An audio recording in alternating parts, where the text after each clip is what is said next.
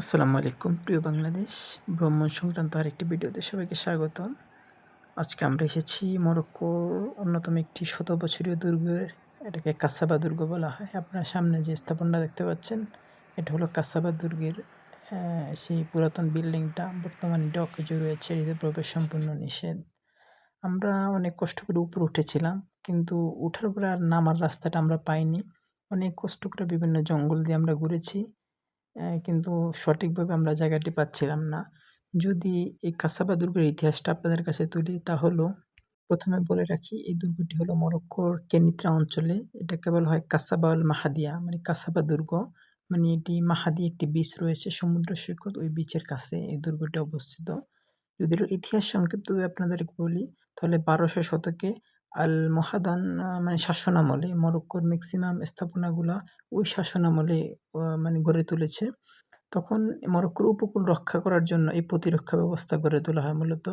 এর কৌশলগত অবস্থান হলো সিবিও সিবিও রিভার, মানে মরক্কোর একটি গুরুত্বপূর্ণ নদী।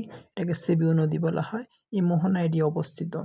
মূলত ১৬শ শতাব্দীর দিকে পর্তুগিজরা এটি দখল করে এবং দুর্গটিকে তাদের সামরিক ঘাঁটি হিসেবে তখন ব্যবহার করত। পরে ১৬৮১ সালের দিকে আলাউইদ সুলতান, তখনকার মরক্কোর যিনি কিং ছিলেন, মৌলা ইসমাইল, পর্তুগিজদের কাছ থেকে এটি পুনরুদ্ধার করেন এবং এটি মানে পুনর্গঠন করে মরক্কোর মানে ঐতিহাসিক স্থাপনা হিসেবে এটা রেখে দিয়েছিল। তখন পর্যন্ত এটি মূলত মরক্কোর সামরিক মানে ঘাঁটি হিসাবে তখন ব্যবহার করা হতো। তখন তারপরে এই স্থাপনাটি মরক্কো সরকার তখনকার সময় তখন এটি সামরিক প্রতিরক্ষা কেন্দ্র হিসাবে ব্যবহার করত, যেহেতু এটা অনেক উঁচু একটি স্থান এবং নিচ থেকে নিচের পুরো সমুদ্র সৈকত স্পষ্টভাবে দেখা যায়। তখন এটা প্রতিরক্ষা মানে কেন্দ্র হিসাবে গড়ে তুলত এবং যাতে নদী এবং সমুদ্রের প্রতি নিয়ন্ত্রণ মানে মরক্কোর যিনি কিং ছিল তিনি রাখতে পারে। বর্তমানে এটি মরক্কোর ঐতিহাসিক একটি স্থাপনা এবং দর্শনীয় স্থান। আমরা তার জন্যই ঘুরতে গিয়েছিলাম। কিন্তু ঘুরতে যাওয়ার পরে যখন উপরে উঠেছি আর নিচে নামার জন্য স্থান পাইনি। আমি পুরা যেই দুর্গটি রয়েছে একবার করে চক্কর দিলাম, দেখি কোনো খোঁজার পাই কিনা। কিন্তু এটা খুবই ঝুঁকিপূর্ণ বর্তমান সময়ে। যারা ট্রাভেল করতে আসতে চান তারা আসতে পারেন গাইড নিয়ে। কেননা একা যদি স্থাপনার আশেপাশে ঘুরে, না, খুবই ঝুঁকিপূর্ণ। এটা বর্তমানে সিলগালা করে দিয়েছে যাতে সাধারণ কোনো মানুষ এটাতে প্রবেশ করতে না পারে। মানে বুঝতে পারছেন ১৬শ শতকের এটি নির্মিত। তাহলে কত বছর? আজকে প্রায় অ্যাম ৩০০-৪০০ বছরের উপরে একটা সময়, দীর্ঘ সময় ধরে এটা অকেজো অবস্থায় রয়েছে এবং এখানকার যে বালিগুলা দেখতে পাচ্ছেন, এই বালিগুলো অনেকটা একটু ভয়ংকর। মানে আপনি যদি পা দিয়ে হাঁটেন তাহলে পা পিছলে নিচে পড়ার মতো সুযোগ আছে। আর নিচের জায়গাটা এত পরিমাণ ঝুঁকিপূর্ণ, একজন স্বাভাবিক মানুষ যদি এখানে কোনো অ্যাক্সিডেন্ট ঘটে, তার নিচে যখন যদি পড়ে তাহলে তার বডি মানে অক্ষত অবস্থায় থাকবেন, এমন একটা অবস্থা। এবং এই বালিটাও খুব ভয়ংকর। আমি যখন হাঁটছিলাম আমি খুব ভয়ে হাঁটছিলাম এবং যে পাশের যে জঙ্গলগুলো দেখতে পাচ্ছেন, এই জঙ্গলগুলো অনেকটাই ভয়ংকর জঙ্গল। আর এখানে মানে অনেক মানুষ এখানে আসা যাওয়া করে। সেক্ষেত্রে এটাতে ওইভাবে নিরাপত্তারও একটা ঘাটতি রয়েছে যেটুকু বুঝতে পারলাম। আর এই যে পাশের পর্যাপ্ত নিরাপত্তার ছাউনি নেই। যদি হাঁটেন আপনি অচিরেই স্লিপ কেটে নিচে পড়ে যেতে পারেন। আর নিচে যেহেতু রাস্তা আছে, গাড়ি চলাচল করে, এজন্য খুবই ভয়ংকর। আর যে এরা পাথরগুলা দেখতে পাচ্ছেন, এই পাথরগুলা সাধারণত ওই কোনো পাথর না, এটি মাটি ছিল। কিন্তু তখনকার সময়ে মরক্কোর এত উপরে সমুদ্র সৈকতের পানি আসতো। কিন্তু বর্তমানে সমুদ্রপৃষ্ঠের মানে নিচু নেমে যাওয়ার কারণে এখন এত উপরে পানি মানে আসে না। যেজন্য এই স্থানটি অনেক উপরে উঠে গেছে এবং এটার নিচে এখন সমুদ্রপৃষ্ঠ অনেক নিচে নেমে গেছে। তার জন্য আ এই যখন এই মাটিগুলা ছিল, মাটিগুলা অনেকদিন থাকতে এটা পাথরে পরিণত হয়েছিল মূলত। এইজন্য আমি এবং আমার বন্ধু এটাকে ঘুরতে আসতে চেয়েছিলাম, যেহেতু এটা হেরিটেজ একটা সাইট, খুবই বিখ্যাত একটি স্থান এবং মরক্কোর ইতিহাস বছর পুরনো, বহু বছরের পুরনো একটি ইতিহাস মরক্কোর।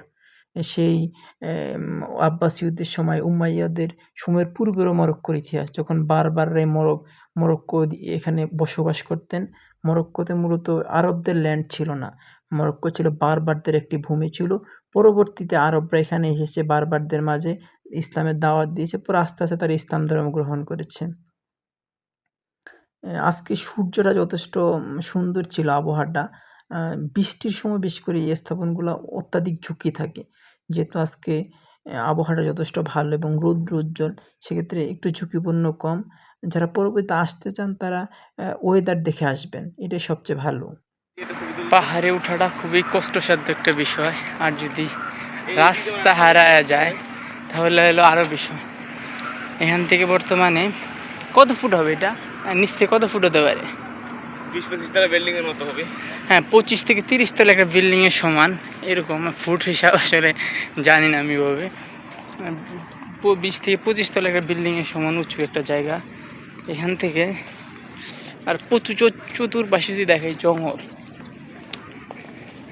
যারা অ্যাডভেঞ্চার ভ্রমণ করতে পছন্দ করেন তারা এখানে আসতে পারেন ভ্রমণ করার জন্য।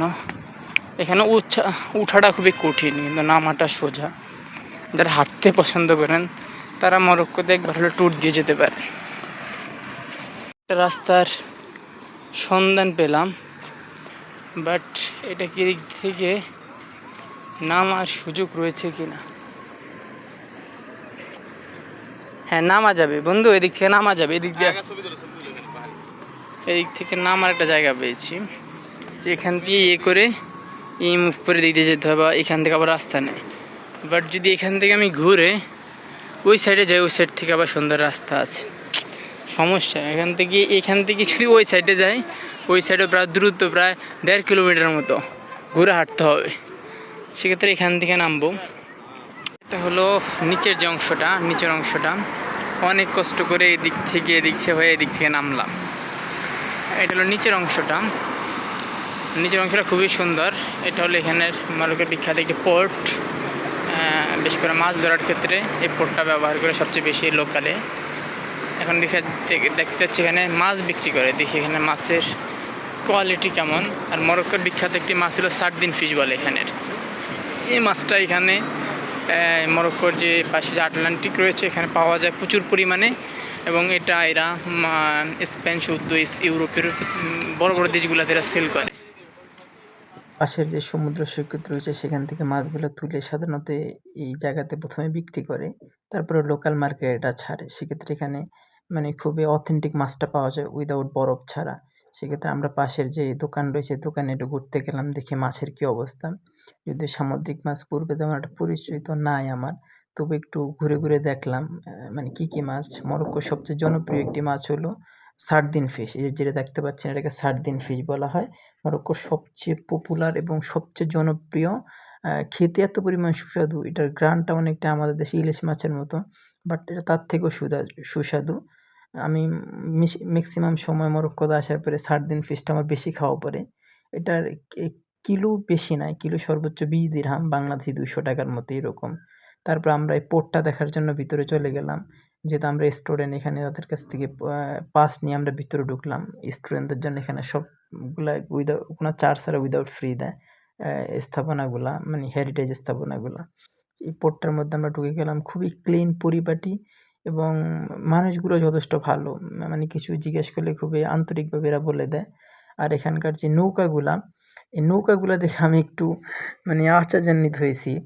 মানে এই নৌকাগুলো আমি পূর্বে দেখি না। আমাদের দেশের নৌকাগুলোতে অনেক বড় বড় বোট থাকে যারা সমুদ্রে যায়, কিন্তু মরক্কোর যে নৌকাগুলা রয়েছে এত ছোট ছোট নৌকা, তারা এই আটলান্টিক সাগরে কিভাবে যায় চিন্তা করে গেলাম কোনো দুর্ঘটনা হয় কিনা এরকম।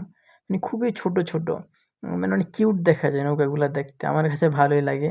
এবং এখানকার খুবই আধুনিক, এই নৌকাগুলো খুবই আধুনিক, আমাদের দেশের মতো ওল্ড ভার্সন না, খুবই আধুনিক। এবং কোনো সমস্যা দেখা দিলে এরা এইগুলা ব্যবহার করেন, এগুলো আবার নতুন করে সেল করে, নতুন করে এরা করে। আমরা অনেকক্ষণ অপেক্ষা করছিলাম যাতে নতুন একটা নৌকা আসে সমুদ্র থেকে, কেমন মাছ নিয়ে আসে বা কী মাছ নিয়ে আসে এগুলো দেখার জন্য।